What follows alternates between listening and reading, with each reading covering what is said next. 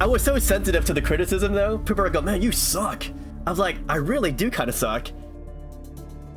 There was a period when a certain person, I won't name names, started working for the CA. And it was around that period where they stopped communicating with me. I was like, man, I'm getting bullied by these people, so why not, shout back at them? That was probably the worst decision of my life, was to, meet force with force. There was a very big YouTuber who basically made a name for himself trash talking me. So to go from Rome 1 to Rome 2, that Rome 2 becomes the ultimate disappointment for me. But it was basically StarCraft players talking about what they were doing while they were playing. And then I was looking at other games, I'm like, how come no one talks about other games? So I was like, shoot, here's a game that I can play, it's called Rome Total War.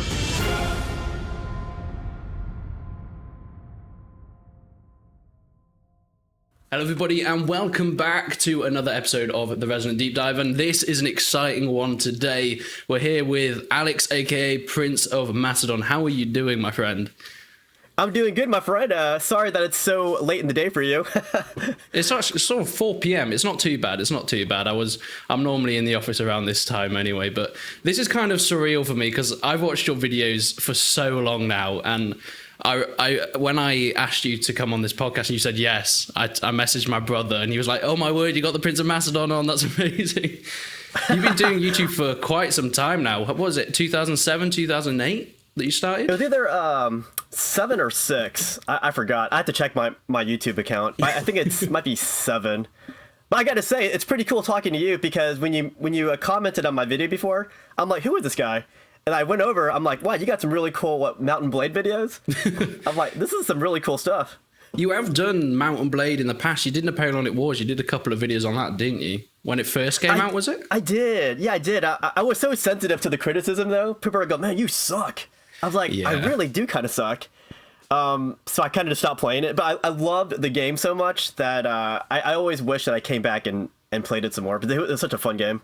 It's a complicated one with the Mountain Blade community because it's like one of the coolest communities, because I don't know if you've seen like the line battles and clan events that Mountain Blade do, but the community events that they set up are amazing. But also, if you're bad at it, they will crucify you. And I hate that aspect of it, but it's something that I've had to put up through the years. But yeah, I can imagine. I noticed that. You're like, what are you doing? What are you swinging at? You're doing too early. I'm like, what? I tried, but oh man. It was such a fun game to play, though. I mean, most of the people that will be watching this probably know your channel. I know a lot of people that I've been doing podcasts a lot. I'll get Prince of Macedon on because I think a lot of people have watched your channel in the past. But for the people that haven't, would you like to give a brief overview of what you do on YouTube? Okay, so I have 2 YouTube channels, but I guess the one we're talking about is my gaming channel. And I started that channel up just because I used to watch StarCraft VODs. I don't know if you guys are aware what those are. But it was basically StarCraft players talking about what they were doing while they were playing. And then I was looking at other games. I'm like, how come no one talks about other games? So I was like, shoot, here's a game that I can play. It's called Rome Total War. And I can talk about history, because history is like my biggest thing. So I think my first game I started playing on YouTube was Medieval 2, but Rome Total War was my go-to game. It was just a matter of convenience that I played Medieval 2 first, and then I switched over to Rome 1. So basically, I like showing a lot of other games besides Rome Total War, but Rome Total War is like my staple game. Rome Total War, chess, and Men of War, Assault Squad 2. But mainly, I do it for the historical aspect, because I'm a huge fan of Alexander the Great, so I try to incorporate Alexander the Great as much as I can. Yeah, I haven't done it in a while, just because I feel like I've exhausted talking about him in my older videos. But when I can, I like to talk about Alex, not myself, but Alexander. Well, what was it really that got you into history? I know for me, I think it was actually Rome Total War that got me into history. I wasn't that interested in then a game like Rome Total War, but were you interested in history before you played the Total War games then? Yeah, actually, I can thank the education system, because I think it was, I don't know what grade it was, maybe 5th, 6th, or 7th grade. We were talking about the Peloponnesian War with the Athenians and the Spartans. I'm like, wow, these guys are really cool. But then, we spent like a week on that topic, and then we eventually got onto the topic of Alexander the Great, and we only spent like a day on Alexander the Great. I'm like, whoa. This guy's called the Great. Why is he called the Great? And by the time I asked that, we were already on the next topic. So I went out to the bookstore and picked up a book called The Campaigns of Alexander. And that was a time where I really got into Alexander the Great when I read about what he was doing. From a military standpoint, he is my favorite historical figure. He did so many interesting things, and that's what got me into history. And kind of fast forward to the future when Rome Total War was out. One of my coworkers was like, "Hey, I think the Romans are better than Alexander the Great." I'm like, "Oh yeah." So I started spitting out Alexander the Great knowledge, and he was spitting out his Roman history knowledge. And then we were getting nowhere. So we're like, "Hey, there's this game called Rome Total War," which my friend had already played for like a year. So he got me to buy this game. Yeah, Rome Total War. He kicked my butt for the first, 2 or 3 matches. And I was sending him messages like, "Hey, how do I move my troops?" And then he would write LOL. I'm like, "Dude, seriously, I don't know how to play the game." So I spent like a week playing the game, and I came back and started to reverse the tide on him. And then he stopped playing me. So that's how I got into Rome Total War. And that's kind of how I got into talking about, adding my commentary to these tracks, because no one else had done it yet for Rome Total War. Yeah, so back in that sort of time on YouTube, I'm assuming, well, because it was very early on YouTube and most of the stuff being uploaded there was dumb cat videos and things like that. And prehistoric. I think, would you say you were in the first wave of sort of game commentary YouTubers? Yeah, if you don't count the StarCraft commentators, I don't recall any other gaming commentators out there. Definitely not for Total War. I was like, wow, this game is so rich in back history, like actual history. It's like, why is no one talking about it? So I just started to do my own. I started to show my videos on this forum. And after I did that, some other guy started to he liked what I did, and he started to do what I did too. But he kind of fell off after a few months of doing it, and he was pretty good at it too. Is it imitation is the best form of flattery or something like that? And you can see, I don't know, you can see your mark that you've had on the Total War community. I mean, it was Prince of Macedon, and then Heir of Carthage came along, and then I think there was Warrior of Sparta as well. Well, I think there were quite a few people with similar names like that. Did you start that, or was that sort of a thing that was just a coincidence, do you think? Well, when I was thinking of my name, I was like, man, what's a really cool name? Like, there's Alexander the Great, but I can't take his name. So I had to pick a more generic name that doesn't put myself on equal footing with Alexander. So I called myself the Prince of Macedon, because he eventually became a king. So I put myself beneath him, and that's how I came up with that name, Prince of Macedon. And according to Heir of Carthage, he picked his name based on mine, but I don't know about the other people. But I basically picked my name out of a hat, and I'm like, hey, this is the name I want to go with. Hopefully it sticks. Can I just say, I love your shelf behind you with the big chunky box copies of Rome Total War. You can't get them anymore. They're so cool. I know. Oh wait. Well, there's this one up here. This is the. Oh, I didn't even see that one. What's that one? Yeah, that one's hidden behind Diablo. Can you see it? So is that with all the first 3 Total Wars then? Hold on. It's got. Okay, the reason why I got this, because it has Barbarian Invasion, but it also has the Alexander expansion. I bought this mainly for that. But this also came with Medieval 2, Shogun 1, and Medieval 1. And it also had the soundtrack for some of the early Total War games. So those are all bonus. I got this primarily for the Alexander expansion. You know what? It's so sad that you don't get like bundles like that these days. Back in like the 2000s, you used to get like those box copies. Look how nice that looks. I remember I used to spend hours looking at my Rome Total War CD case, just looking at this everything on it and through the pamphlets and everything like that. You just don't get it anymore. They're beautiful.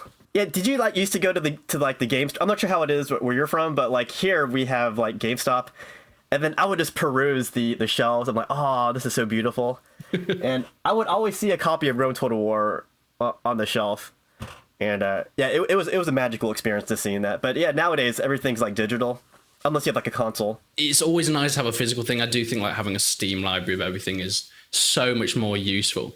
I want to ask you about the Alexander DLC, because when Rome, the official one, came out, the base game, it's safe to say that's kind of where CA got their name, and the Total War franchise sort of went from there.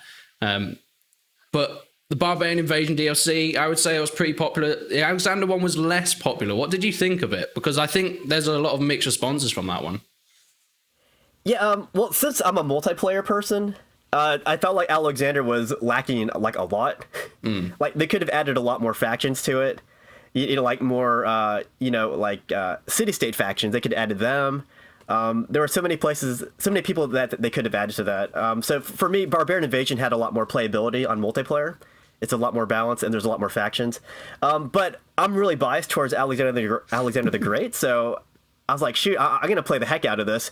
There was a time where I would go in the lobby and beg people to switch to Alexander to play me. I eventually found someone on my Facebook group, because I have a Facebook page, and he agreed to play a few matches with me on Alexander. So we switched. He went Macedon, I went India, then he went India, then I went Macedon. And those games are actually on my YouTube channel, so I didn't get many opportunities to play Alexander. But I did play through the historical battles. Have you played those? Yeah. The historical battles, I think, on the DLCs are really fun. I think the modern Total Wars have kind of slipped away in historical battles a little bit. They've sort of pushed them to the side, but the Roman and the Alexander historical battles, I think, are a lot of fun.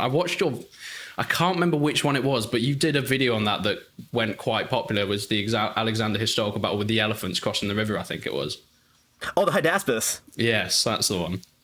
Yeah, that was a pretty tough fight, but honestly, there were some previous battles. I forgot which one it was. It was a siege battle, and it was actually a lot harder than the Hydaspes battle. My gosh, I forgot the name of it. But basically, you start to attack the walls, and out of nowhere, this Persian cav comes out of nowhere, and it attacks you. And there was a timer on it too, so that one just came down to the wire. I think is that in Alexander or the base game? Because isn't that Siege of Sparta the really tricky? I don't know. In the base game, there's a really tricky historical battle, Siege of Sparta. That one. Yeah, Siege of Sparta. If you play that on multiplayer, the only way that you can win as the attackers is if the Spartans come out, or if they really suck, or if they let you come in. I played that on multiplayer and I won, but that's only because my opponents they gave me a chance to win. Because there's so many ways you can just be a lamer, and there's just no chance of you ever getting into the city. But yeah, that's a hard battle.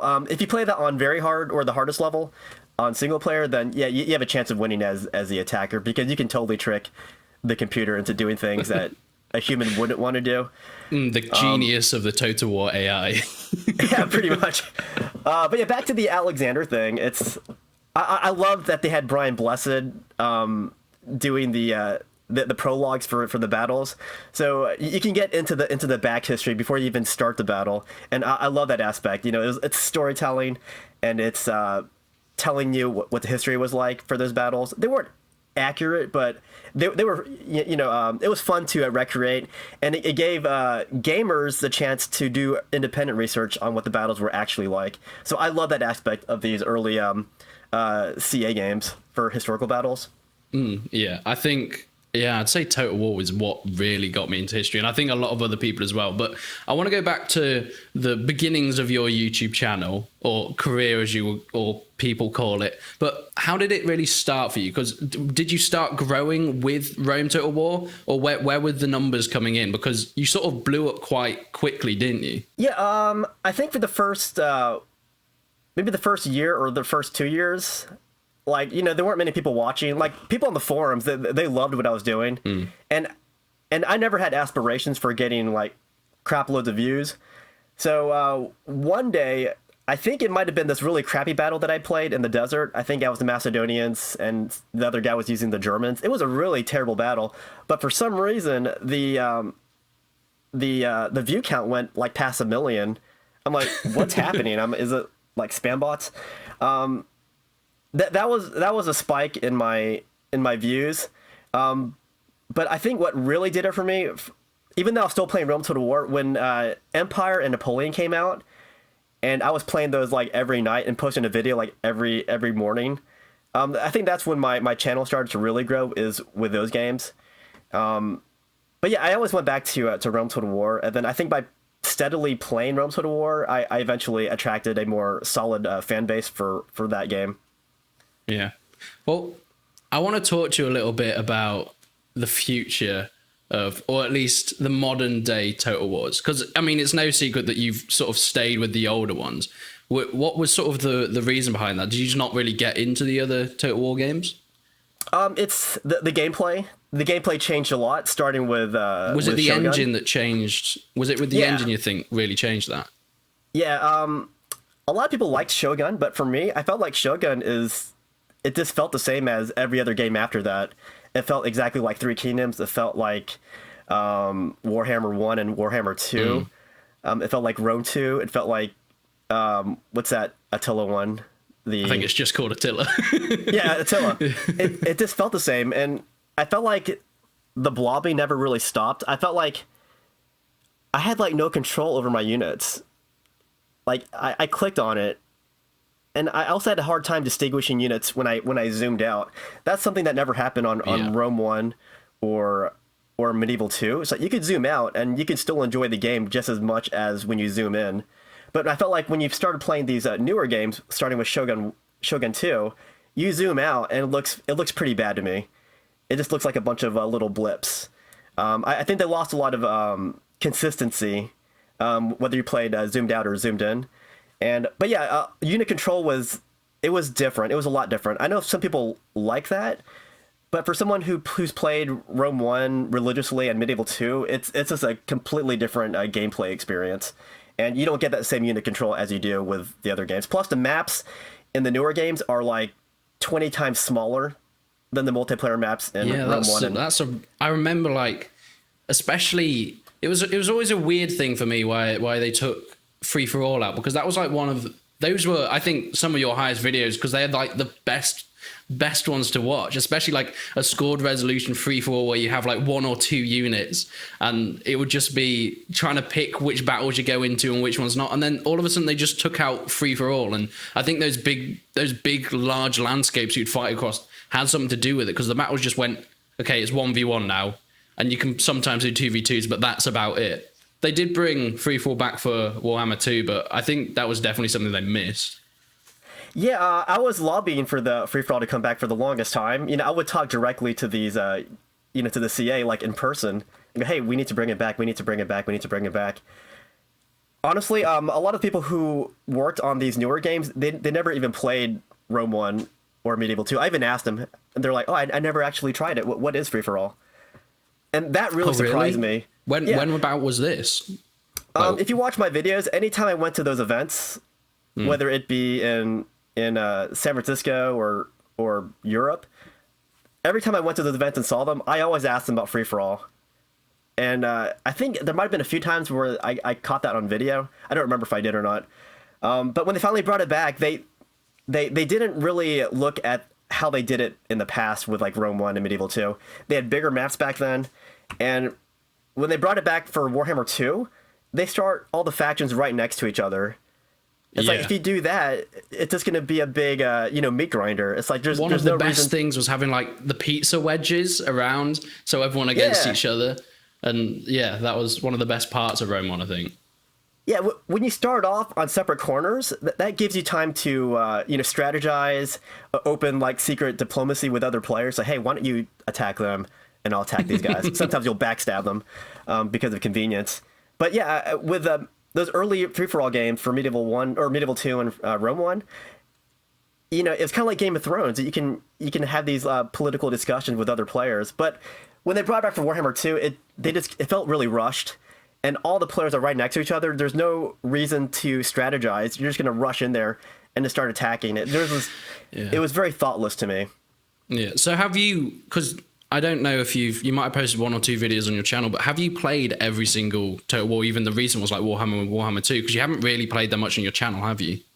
Yeah, I have. I've sampled each game. I even sampled Troy. I sampled Three Kingdoms. What did you think of Troy? It's just the same gameplay as Shogun 1 for me. I had so much, like, when I saw it, I was like, this feels like we're going back to Rome 1, Rome 2, but then playing it, it was the heroes for me sort of took it away from being what it could have been.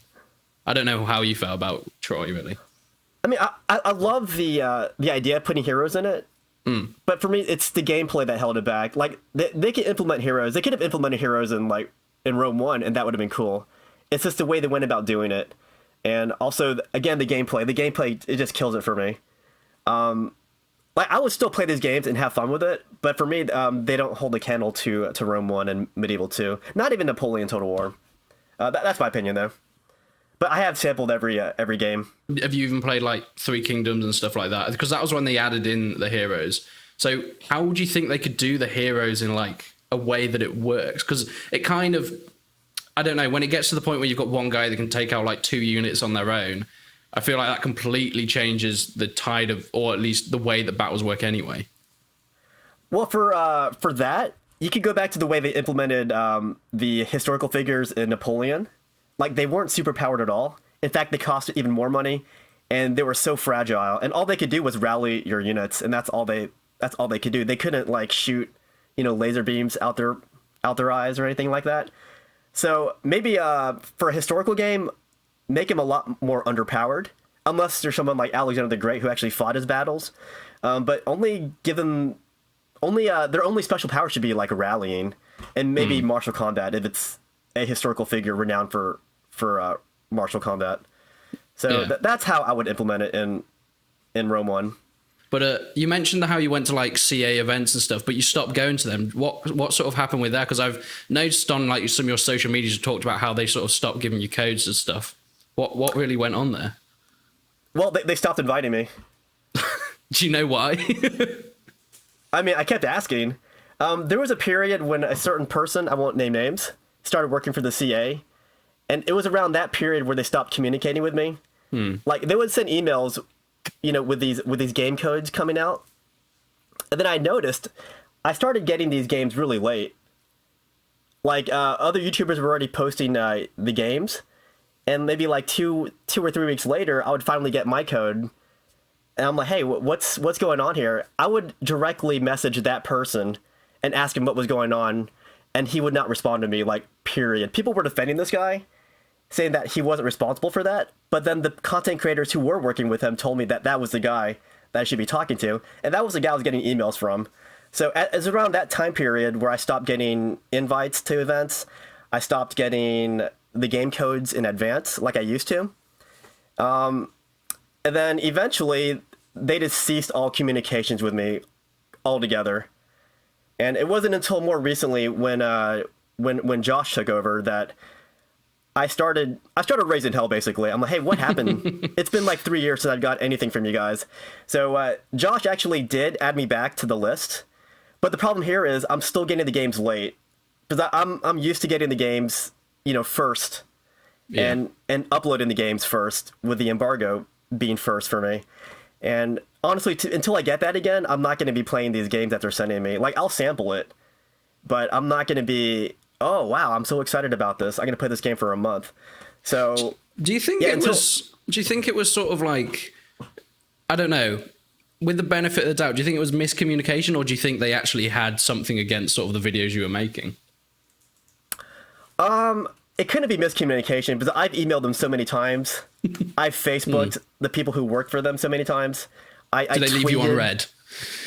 Yeah, it's like, well, they would read it. Ghosted. And then there was no response. And then eventually there was another person who I used to really, respect a lot.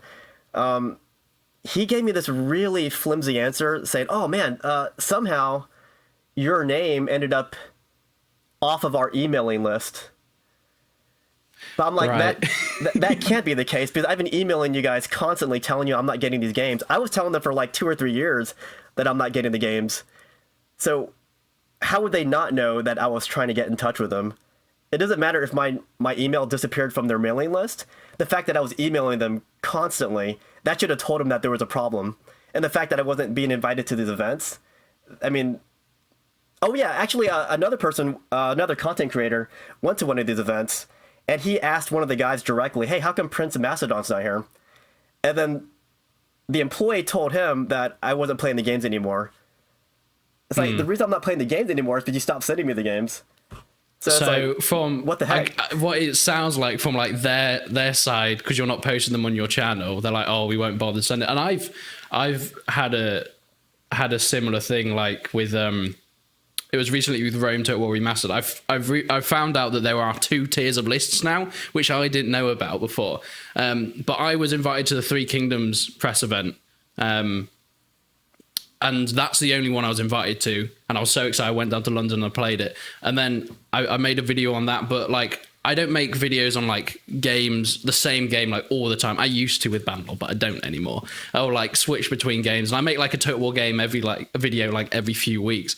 And then slowly I noticed like the next press event, like Troy just didn't even get a key, not even like a late key. And then Rome Remastered, like I tweeted like, oh, I didn't even know that this game was coming out. And they're like, oh, sorry, we'll put you on the next list. And like, that's fine. But I think they do have a thing that I've noticed.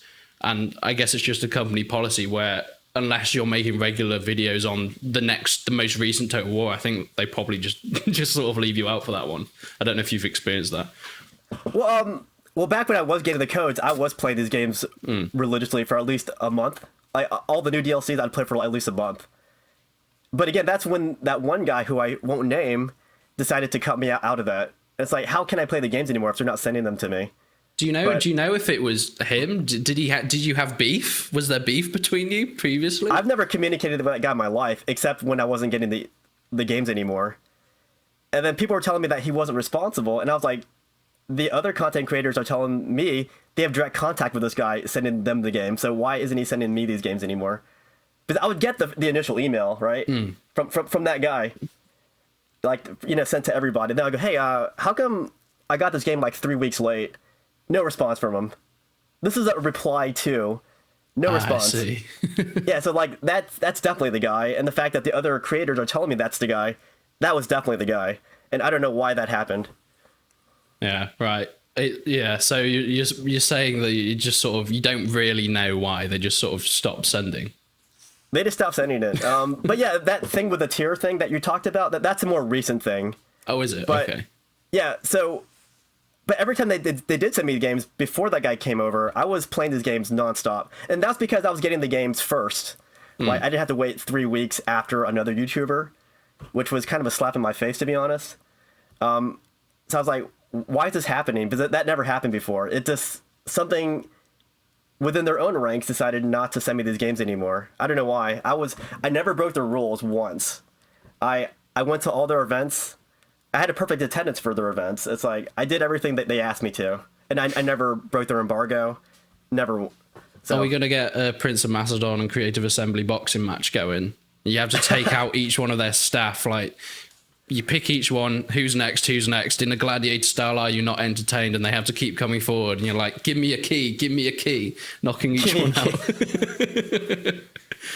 Oh, which, by the way, I do want to plug this game. This is old school. Hold on, wait.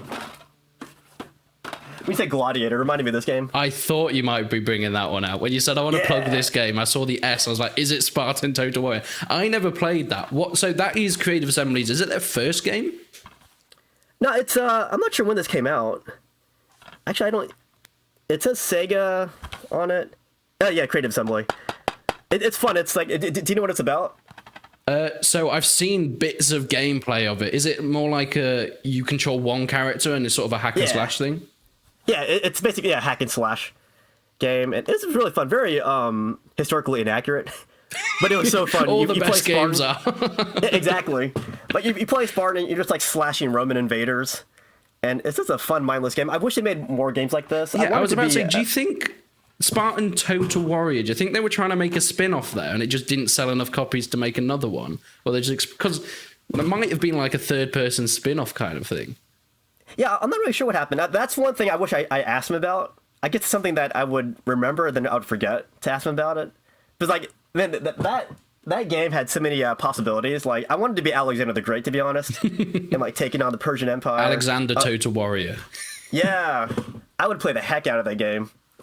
CA, if you're watching this, bring back Total Warrior. We need them back. Yes. Yeah. Honestly, that's what I thought Arena was going to be like. I thought you're going to be like, one person and just like duking it out with other, combatants in the arena. I never got my hands on Arena. I don't know why, because I was playing Total War. I was making YouTube videos at the time, but it just sort of passed me by and I never made videos. What happened with that? Because from the story that I'm aware of, just sort of from the outside, it was like a free to play Total War where you had like 1 or 2 units on the battlefield, but then it died and they shut it down. Do you know how much did you play that? I played it for the first 2 events that they invited me to. One was in Germany. I had no experience when I went to Germany. And the second event was in California. After that, they mentioned something about getting me to Russia to play that. But I'm not sure what happened to those plans. It kind of fell through. So I kind of like fell off of that game for a bit. And then I heard that some place in China picked up the game. And I'm not sure what happened to the game. I think it still exists in China, like just in China. I think that's the last thing I heard. A Chinese company bought it, and technically people are still playing it. You can't play it outside of China, which is a very strange decision. It is kind of crazy. It was actually like gameplay wise, it kind of reminded me of. I mean, like in terms of the way the units moved, it kind of reminded me of like the newer Total War games. But it was a fun party game. You get a bunch of people together. And you do these giant 10 versus 10 battles, and it was good fun. But when I originally heard Arena in my head, I thought it was going to be me controlling one person, and just going Street Fighter against another person. That would be a cool game. I wish they would do that in the future. One thing that you have done a little bit, you mentioned it at the beginning with the sort of the videos that you play. One of the things the videos I enjoy most watching on your channel are the Men of War ones. Did you come across Men of War before, similar time to the Total War games? I think, when did the first one came out? It was a similar time to Rome Total War, was it? Oh, shoot. I honestly don't remember the time period. I mean, the time when it came out. But I started playing that a few years after Total War. I was looking for a good World War II real-time strategy game. People kept telling me to play... Company of Heroes? Yeah, Company of Heroes. I played it. I didn't like it. See, I've never played it, but everything I've seen, like all the gameplay I've seen, I don't know. I don't think it has the same feel to Men of War. The feel that really gets me in Men of War. Yeah, it's not realistic. They might have changed that with the more recent versions of that game. But when I was playing it, it looked really good. But gameplay wise, it was very arcadey. You could shoot a tank and it would eventually blow up. But on Men of War, like, you needed a good shot from the right trajectory to destroy a tank with another tank. The detail in that game is mad. Every side of the tank's armor is completely different. You need different weapons, and it's like it sort of does the rock paper scissors thing that Total War does, but on such a micro level. I think it's so cool, that game. Yeah, another cool thing is you can take control of those individual units. Yes, go and grenade someone over a wall. Yeah. Yeah, that game is so... Actually, I played that a few months ago. I do want to get back into that game. For me, that's the best World War II game there is for real-time strategy games. It still hasn't been matched yet. I play Assault Squad 2 all the time. I absolutely adore it. Yeah, it's one of my favorite ever games. And that's why when you started playing, I was like, I am so happy you started playing this game, because it's... Yeah, I didn't. Oh, damn, I had no idea. The first Men of War I played a bit, like when it. I don't know if it was when it came out, but it was years ago now. But Assault Squad 2 was the one that really got me sort of glued to that game. I don't know what it was about it, because I think it was just it went further to the micromanaging. You could like heal troops and stuff like that, and they all had like equipment. You could go into a tank's inventory and like rip the turret off and then have a guy like shoot in the turret. It's an amazing series. Yeah, there's so much depth to it. And you don't have to worry about, building up your base. You just pick your units when the money becomes available. I just like that it focused on tactical maneuvering and combat. Man, I really do want to play the game again, like really soon. We should have a Resonant versus Prince of Macedon 1v1. That would be amazing. Oh, you destroy me at that game if you're really experienced. I'd be down for I don't it. know. I don't think I'm that great. I think it would be a good battle. Because I feel like Men of War is one of those games when I've tried to play multiplayer where it's either you demolish the enemy or you get swamped by them. Yeah. It's very rare you get a good like head-to-head sort of thing. Yeah, I've done a few battle zones where I couldn't even score 1 point against my opponent. It's like, man, can this guy like see what I'm doing? He probably did. He probably had scouts everywhere, and I just didn't see him. But yeah, it's happened so many times, and I've had some lucky matches too. Not many. It's been 7 years since Assault Squad 2, right? I think it's time for another one, right? Yeah, it's a pretty old game. It's one of those games where even if they don't update it, it's still awesome. Like I think it will nothing last a comes while. close to it. What do you think if you were on the meetings board and the creative ideas guy for the next Men of War game, what would you want to be in it that hasn't been in the other ones? Well, shoot, I wish they would revisit Vietnam and use the gameplay as Assault Squad 2 for it. That would be a really fun game to play. I would say something more recent, but I think with more recent games, if they're trying to be more realistic, I think the range of some of these units would be ridiculous. So I do like the World War II aspect. I wonder what a Great War game would be like, though, if they implemented that. There is with, one. There is. I think it's called Great War 1918, which uses the engine for Men of War. Oh, sweet. It wasn't great. Oh, was it? It was just war. It was a cool idea, but it didn't work. I think. Have you seen any of these Men of War spin-offs? Because there's been quite a lot of them. I saw a Star Wars one. Yes, that's pretty much all I see. Yeah, there's been like a Star Wars one, but on the Men of War engine, they've made the Great War one, so there's a World War One. There's a more recent one, Call to Arms, which is like you said, a modern day one, which is like it's kind of like you say, you just get sniped from across the battlefield sort of thing, and everyone's got semi-automatic rifles or automatic rifles, and it's good, but I think the selling point of Men of War, because it was set in World War II, you couldn't just spray down an entire battalion at once. You had to pick where you put your troops and things like that. And there's another one coming out called Gates of Hell, which is a mod for Call to Arms that's going back to World War II. So it's sort of going back to Men of War from a spin-off of Men of War, a modern day spin-off, and modding it to go back to Men of War, which is weird. But yeah, I think World War II is... There. Would you say World War II is the best setting for that sort of game? Yeah, for Modern Warfare, World War II is the penultimate setting for strategy games. And I think that's why Hollywood is always making a World War II movie. It's because it sells. It's just a fascinating topic. And also there's so much history and variation as well, because it's across the world. So there's battles everywhere that you can sort of represent in media, and it's like completely different to each other. Oh yeah, there's something for everybody. For all you bloodthirsty armed shell generals out there. Men of War is...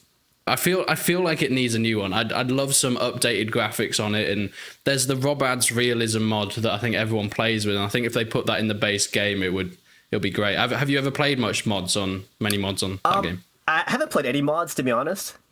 I've always had my hangups with mods, like trying to install them. I know it's easier now with Steam, but I guess that's part of my mentality. It's like I have a hard time installing these things and finding opponents.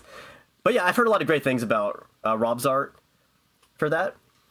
But yeah, I definitely liked if they had to pick an era that wasn't World War II, I wouldn't mind like a Vietnam setting, maybe even a Korea War setting, which is neglected a lot in gaming. Yeah, that's very true. You don't see much on the Korea War at all. Like, I can't think of any game that's really, or at least big game that's really focused on that. Yeah. And I think there are a lot of wars and time periods like that just seem to get a miss. You've got... It sort of goes ancient Rome or like ancient Greece sort of thing. Then you've got medieval, then you have World War II, and then modern day. And there's no one really covers the in-between sort of things. I mean, there's like Napoleon every now and then, but what kind of time period would you really like to see like discussed in games and played in games? Well, I would say the U.S. Civil War, but that also gets a lot of attention. But maybe like a really good version of the U.S. Civil War. Also, the Crimean War would be a nice topic, which also gets neglected a lot. And honestly, maybe go back to the time period of the Punic Wars, which, you have the Punic Wars going on, and then you have the wars of the Diadochi going on at the same time.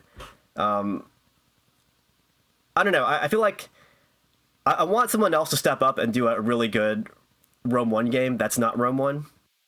If that makes sense? Yeah, I think I think Total War as a franchise has got so big at this point, and deservedly so. I mean, I still personally really enjoy their games. I think Three Kingdoms for me was one of my favorite Total War games, at least of the modern ones. I just loved. But obviously, as you say, you're a multiplayer guy, so I guess you didn't really delve much into the single player of that at all, did you? No, not really. Because that's one of those games. When it came out, this is before Josh was around. I think. So I didn't get that game until really late, like really late. So when Josh did finally come around, he did send me the game, and it was okay. I just missed the gameplay of Medieval 2. I wish it would have had the setting as Three Kingdoms, but with a Medieval 2 engine or a Rome 1 engine. Yeah, but as you say, I do, after the powerhouse that Creative Assembly is at this point, and sort of the strategy franchise that they built up, I think there needs to be some competition, because as you say, they feel a little bit samey, and I think a lot of people have felt that. I mean, when Troy was announced, oh my, the backlash for that one. And I think Troy didn't deserve to be so damned. I think in its own right, if it was a standalone game out of a franchise, it would be brilliant. And it's a decent game, but in the context of the Total War franchise, I definitely think it was sort of the Saga series is sort of like hobbling along with Thrones of Britannia and Troy, and and every time they announce a new one, everyone's like, just push back a little bit. Yeah, I agree with you on that one. But I did like the fact that you could be like Achilles versus Hector. I loved the setting. That was the thing. I love the setting, but I think there needs to be another company with the backing and the money that comes along to sort of give some competition to CA, to push them to expand the gameplay, because in terms of like actual mechanics, at least in the single player, they've somewhat gone backwards a little bit. I mean, Rome 1 single player, you had the terrain system where you'd go into a battle and all the mountains and hills and buildings on the overworld battle would be in the battle map itself when you were fighting, and then they took it away, and there's stuff like that they seem to have like devolved it, and it's kind of, I don't know, I feel like it's come a little bit simpler. What would, if another company was going to come and try and give that competition, what do you think they could do to knock CA off a pedestal? Easily, they could just replicate the gameplay of Rome 1. Just make Rome 1 again. Just bring out Rome 1 again. I mean, not like exactly like it, but the gameplay for the battles, because CA has forgotten about that game, and if another company just goes around and just basically copies that with improved graphics, oh man, I think people would play it and go, wow, this is better than what I'm used to. You know what? I think you hit the nail on the head there, because I think CA are worried that might happen because of Rome Total War Remastered. What are your thoughts on remastering the old games? Because do you think this is something they're going to be doing more often now? It might. I asked for the game. I did. They only recently sent it to me, so I didn't play it. Oh, you've not played it yet? No, just because I asked for it when the other guys got it, and I didn't get it. So it's like, okay. But I think it's a great idea. It's the one game that came out recently that I really wanted to play. Yes, definitely. Yeah, but because they didn't send it to me, I'll probably just wait for it to go on sale, and then I'll buy it there. That way I don't have my hands tied when I'm talking about it. Do you have Rome Total War on Steam, or do you use the box copy of it? Both. I bought it on Steam. You get half price off the remaster. I feel like I'm shilling for Creative Assembly, but it's like 12 quid or something.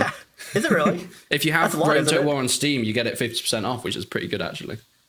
Gotcha. Here's a little fun fact. When you have these older games like this, you can use your CD key, redeem it on Steam, and it's free. I think I saw someone do that before. They were like, because I think CA have taken the original Rome Total War off Steam now. Like, you can't buy it. If you've already got it, you can keep it in your library, but you can't buy it anymore. So people were buying the box copy and then redeeming the Steam key so they could get half price off remastered. That's insane. I'll have to look into that. But from what I gathered, they improved the graphics. Is that correct?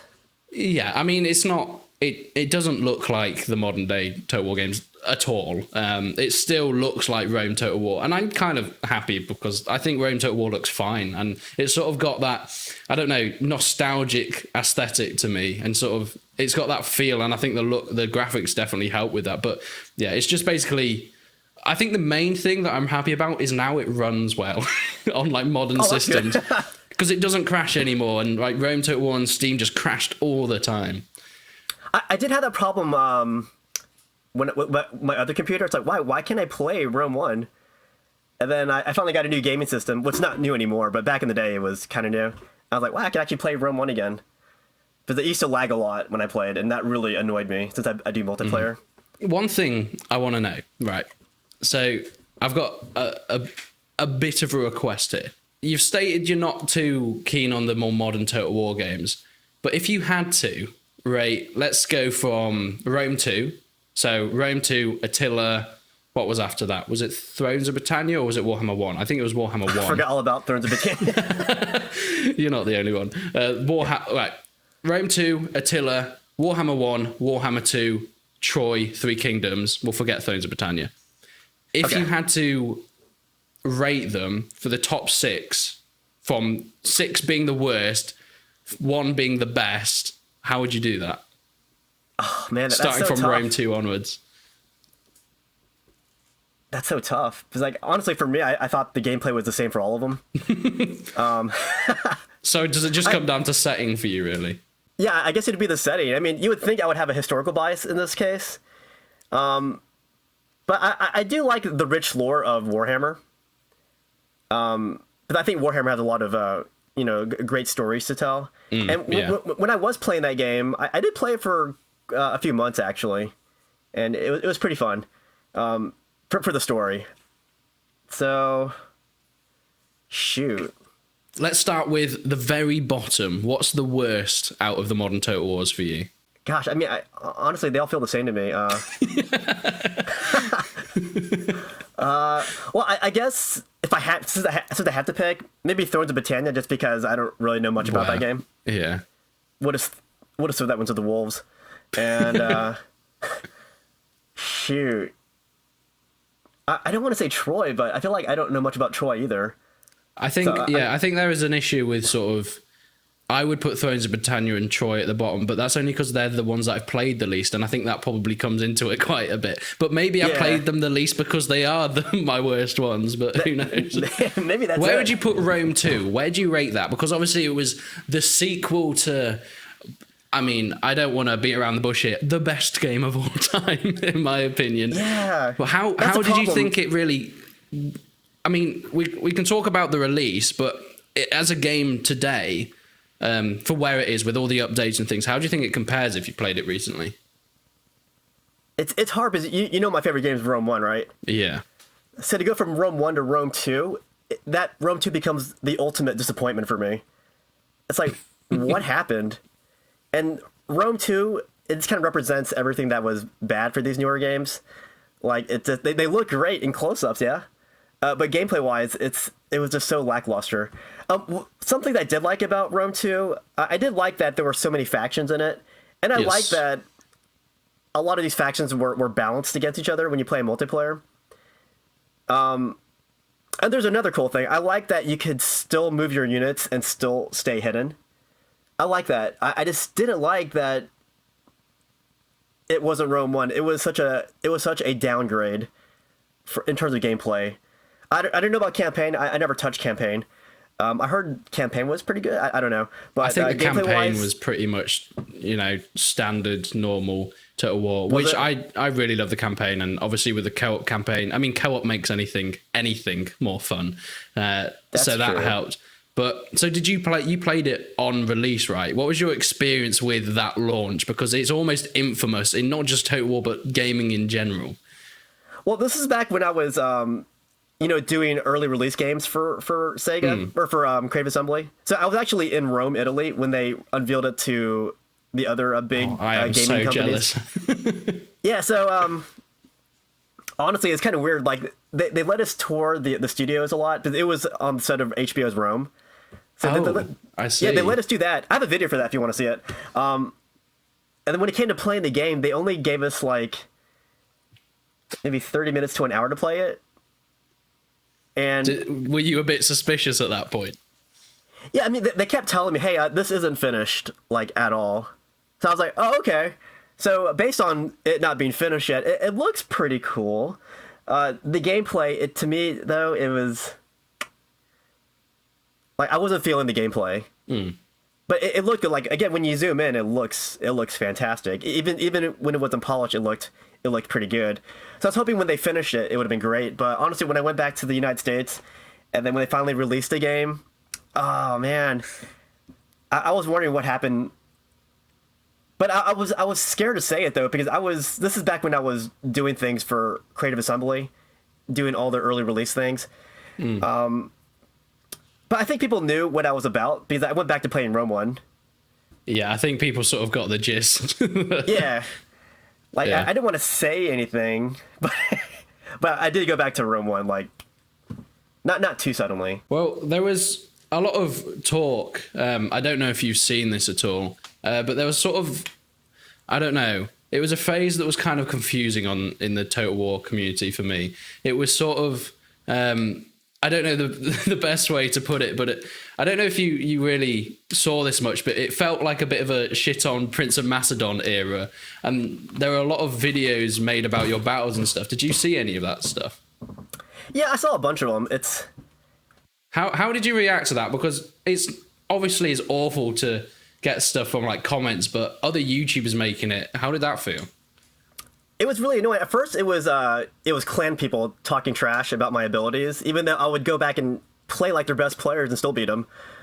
So I was like, man, I'm getting bullied by these people, so why not, shout back at them? That was probably the worst decision of my life, was to, meet force with force.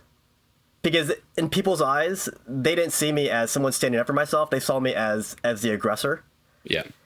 And when my channel really blew up, I was getting all kinds of comments. And there were times, I'll admit this, that I'll be trying to answer every comment, because that's what I was known for. I would answer every comment. Sometimes I would misread a comment and then go, shoot, I totally misinterpreted what he said. But there were times where people were being very aggressive towards me. And when I shot back a little bit of that aggression back towards them, they'd go, oh no, he's such a mean person. And those people I have no sympathy for. But for the people that I misinterpreted what they were saying, I do feel sorry for those people. But for the people that made these videos, those guys were talking trash to me. And I have no sympathy for the fact that they made videos against me. There was a very big YouTuber who basically made a name for himself trash talking me. But that guy came to my channel calling me a liar. Was this whole calling you a liar thing, was it to do with like your scores on games and things like that? I don't know, because the only game I was really good at was Rome 1. Yeah. And I put on a display for that game. There were other games where people were judging me. It's like, why are you judging me in Rome 2 when I barely freaking play this game? This is something that I saw that I was so confused by. People saying, oh, he's gone back to Rome 1 because he's terrible at the other ones and he doesn't want to show it. It's like, well, I am terrible at those other games. So what? Like, you can play what you want. That's the thing that, like, yeah, if it's a game I like and I suck at it, I'm still going to play. Like, Men of War, I played that game religiously. I sucked at that game. The reason why I stopped playing, like, say, Shogun 2 and Rome 2 is because the games weren't that great. They were disappointing to me. Yeah. And that's the reason why I stopped it. But it had nothing to do with my skill factor. I sucked at those games. I sucked at Men of War. I still played Men of War, though, because I liked Men of War. Yeah, I think with YouTube comments, I had this in the past. And to some extent, I still do. I've sort of got better now. But when people comment on you, like on your videos, to them, and you fire back, to them, it's like, oh, what? Why are they getting angry at me? But they don't know that you've had 50, 100 other comments saying the same thing. You're like, I am absolutely done. And you just like go back at someone. And I think it's weird because as a content creator, it's quite hard to ignore hate comments. But you kind of have to because you always end up losing, I think. Yeah, like the straight on hate comments. I mean, people still hated me when I responded to them. They go, hey, just ignore them. And there were times where I did ignore them, and it didn't stop anything. They just kept coming and coming. But now that my channel's kind of small, I kind of found peace in having a smaller channel because they don't talk trash anymore. So it's kind of cool having a. You have built like a nice loyal community. I see like your comments are mostly people saying like, oh, I love your videos, or saying like, oh, I've been watching your videos for so long and stuff. And I think, yeah, would you say you're happy with sort of where your channel's turned out then? Yeah, I'm happy now. And I don't mind if people are critical. I just Yeah, of don't like course. it when they add like hate comments toward to the criticism. It's like, dude, that's not the same thing. Just leave the criticism. Don't call me an idiot or whatnot. Because once you do that, then I'm gonna turn aggressive on you and then fire back.